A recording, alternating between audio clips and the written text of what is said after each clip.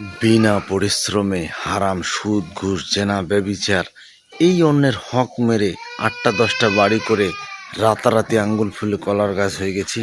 গর্ব করার কিছু নেই ভাই আমার। আসসালামু আলাইকুম। কথা কথা বলি যে এত দোয়া করি, আল্লাহ রাব্বুল আলামিন আমার দোয়া কবুল করছে না। আল্লাহ রাব্বুল আলামিন আমার দোয়া কবুল করছে, আলহামদুলিল্লাহ করছি। আল্লাহ আমাকে তুমি বাড়ি দাও, গাড়ি দাও, রিজিকের ফয়সালা করে দাও, সব কিছু দাও। আল্লাহ আমাকে দিচ্ছে, আলহামদুলিল্লাহ। আমার আল্লাহ আমাকে দেয়, আলহামদুলিল্লাহ দেয়। এখন ধৈর্য ধারণ না করলে আপনাকে সুদ, ঘুষ, অন্যায় অপকর্ম, জেনা, ব্যভিচার, টেন্ডারবাজি, যত অন্যায় অপকর্মের মাধ্যমে টাকা উপার্জন করা যায়, এটা যদি আমি ধৈর্য ধারণ না করি, রাতারাতি আঙ্গুল ফুলে কলা গাছ যদি আমি হতে চাই, তাহলে আমাকে এই অপকর্মের মাধ্যমে সেই বাড়ি গাড়ি করতে হবে, যার কোনো পরিতৃপ্তি আমাকে জানি না। আমার অন্তর আমাকে বলবে তুমি ঘুষ দিয়ে করেছো, আমার অন্তর আমাকে বলবে তুমি সুদের মাধ্যমে করেছো, তুমি অন্যের হক মেরেছো, তুমি অমুক জায়গায় কম দিয়েছো, অমুক জায়গায় বেশি দেওয়ার কথা ছিল, কম দিছো।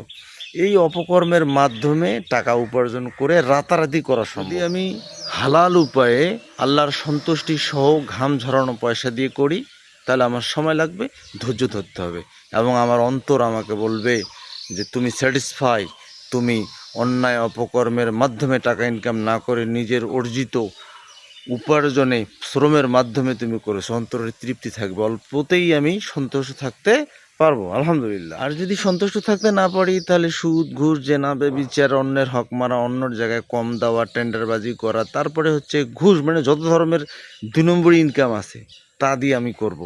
তাহলে আমার সময় লাগবে না, রাতারাতি আমি আঙ্গুল ফুলে কলা গাছ, কলার উঁচু করে বলবো আহ ২টা বাড়ির মালিক, 10টা বাড়ির মালিক। কিন্তু কি অন্যায়ভাবে অপকর্মের মাধ্যমে সেই উপার্জিত টাকা, আপনার অন্তর আপনাকে বলবে এই তুমি তো চোর, তুমি তো চোর, তুমি এইটা করেছো, অন্যায় অপকর্মের মাধ্যমে সুদ, ঘুষ, জেনা, ব্যভিচার যা আছে সব কিছুর মাধ্যমে টাকা উপার্জন করেছো, তুমি তো একটা চোর। আল্লাহ পাক আমাদেরকে অল্পতেই সন্তুষ্ট থাকার তৌফিক দান করুন, আমিন। সকলে ৫ ওয়াক্ত নামাজ পড়ি। আসসালামু আলাইকুম রহমতুল্লাহ। বিনা পরিশ্রমে হারাম, সুদ, ঘুষ, জেনা, ব্যভিচার এই অন্যের হক মেরে ৮টা ১০টা বাড়ি করে রাতারাতি আঙ্গুল ফুলে কলার গাছ হয়ে গেছি। গর্ব করার কিছু নেই ভাই আমার। আসসালামু আলাইকুম। কথা কথা বলি যে এত দোয়া করি, আল্লাহ রাব্বুল আলামিন আমার দোয়া কবুল করছে না।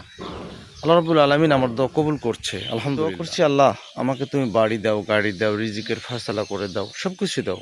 আল্লাহ আমাকে দিচ্ছে, আলহামদুলিল্লাহ। আমার আল্লাহ আমাকে দেয়, আলহামদুলিল্লাহ দেয়।